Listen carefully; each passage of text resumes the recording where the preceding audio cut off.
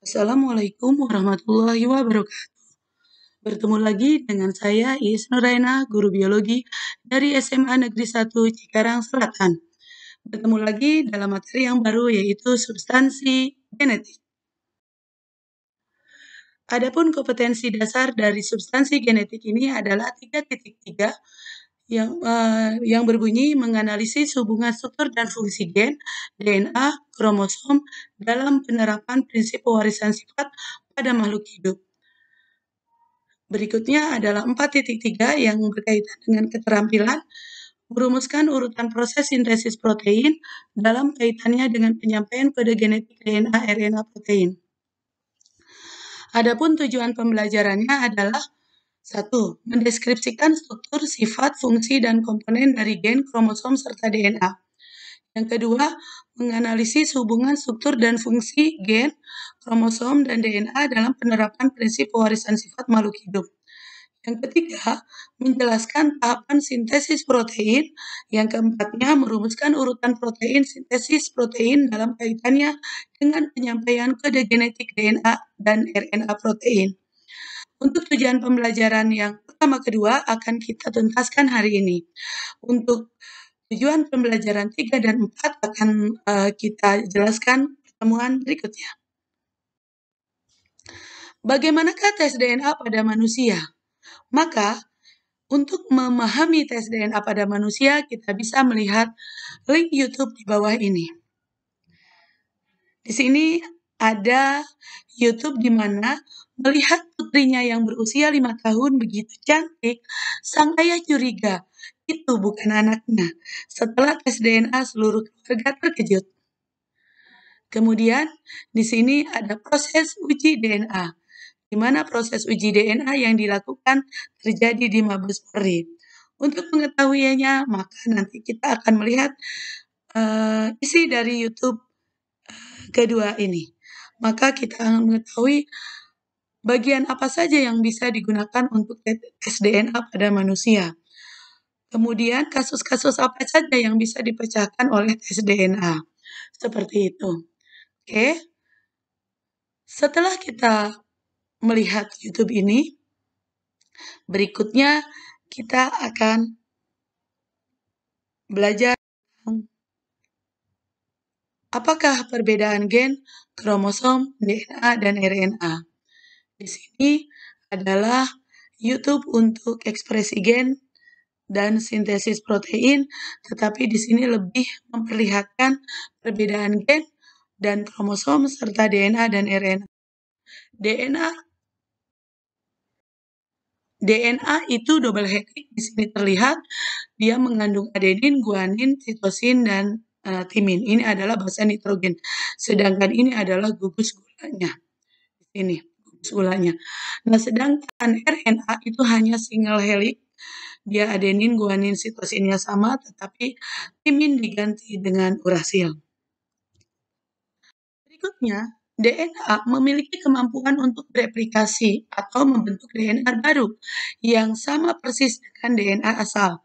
Terdapat 3 hipotesis replikasi DNA, yaitu ada konservatif, ada semi-konservatif, ada dispertif. Yang konservatif, maka DNA baru dengan DNA lama itu berbeda warna. Jadi terbuka, kemudian DNA baru terbentuk. Jadi hanya membuat replikatnya saja. Sedangkan semi-konservatif, antara DNA lama dengan DNA baru berada dalam satu untai yang sama. Jadi setiap DNA yang hasil dari semi-konservatif, di dalam DNA-nya ada DNA lama dan DNA baru. Sedangkan dispertif adalah gabungan semi-konservatif, tetapi ada bagian separuh-separuhnya, seperti itu. Berikutnya adalah kromosom. Segala aktivitas sel diatur oleh inti sel yang ada di dalam nukleus. Pada saat sel aktif melakukan metabolisme, di dalam nukleus terdapat benang-benang halus, seperti jala yang dapat menyerap warna. Apakah itu? Itu namanya kromatin. Tetapi ketika sel mau membelah, benang-benang kromatin menebal memendek. Kemudian lebih mudah menyerap zat warna sehingga dapat dilihat oleh mikroskop. Benang-benang kromatin yang menebal memendek ini disebut kromosom. Kromosom Kromosom homolog ini bisa berduplikasi sehingga nanti akan membentuk tetrad. Ketika kromosom sudah berbentuk tetrad, kita sebut kromatid. Jadi urutannya adalah kromatid, berikutnya kromosom, setelah kromosom baru kromatid. Gambar di samping adalah jumlah kromosom pada makhluk hidup. Contohnya manusia ada 46 buah kromosom. Simpanse ada 48 kromosom. Kita bandingkan bahwa contohnya di sini ada kuda. Kuda kromosomnya 64, sedangkan ikan mas itu 94. Mohon diingat bahwa jumlah kromosom dalam satu organisme tidak berbanding lurus dengan ukuran organisme tersebut. Jadi, jumlah kromosom terdapat di dalam satuan unit selnya. Jadi tidak melihat ukuran sel itu ukuran organismenya besar atau kurang besar atau kecil gitu ya. Jadi kecoa 24 gitu ya, nyamuk 6. Jadi lalat 12. Di situ merpati kan lebih kecil daripada kuda. Kuda 64 tapi merpati di situ adalah 80. Nah, berikutnya adalah struktur dan macam kromosom. Bagian-bagian kromosom diantaranya adalah kromatid, sentromer, lengan pendek, dan lengan panjang. Kemudian, untuk tipe macam kromosom ada 4, ada yang metasentrik, submetasentrik, akrosentrik, dan telosentrik. Berikutnya adalah latihan soal. Silakan masuk nanti ke www.kahoot.com, masukkan nomor PIN, masukkan nama lengkap, silakan mulai start. Ingat ya, soal hanya ada di depan layar. Sedangkan di HP kalian hanya berupa pilihan dengan warna hijau, biru, kuning, ataupun merah. Kalian hanya memilih bagian yang warnanya saja.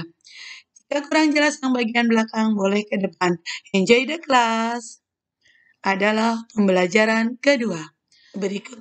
Pembelajaran kedua tentang sintesis protein. Terdiri dari 2 langkah yaitu transkripsi dan berikutnya adalah translasi. Perbedaan dari transkripsi dan translasi akan kita lihat pada YouTube di bawah ini. Nanti kita sajikan YouTube ini kepada anak-anak, ya. Berikutnya, anggaplah misalnya ini sudah saya tampil.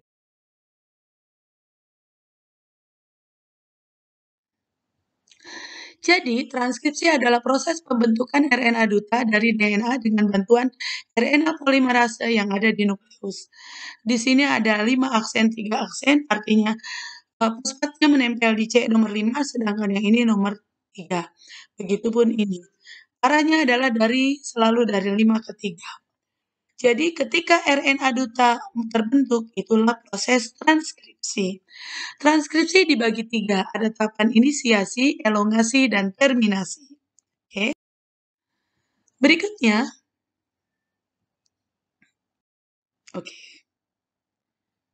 ini pembelajaran dari transkripsi untuk bisa membedakan ekson dan intron dalam transkripsi. Ini pun berupa video. Translasi. Proses penerjemahan RNA duta oleh RNA transfer untuk menghasilkan asam amino di ribosom. Jadi, di nukleus itu terjadi transcription, hasil transcription berupa RNA duta akan dibawa keluar ke sitoplasma menuju ribosom. Di ribosom akan terjadi proses yang namanya translasi.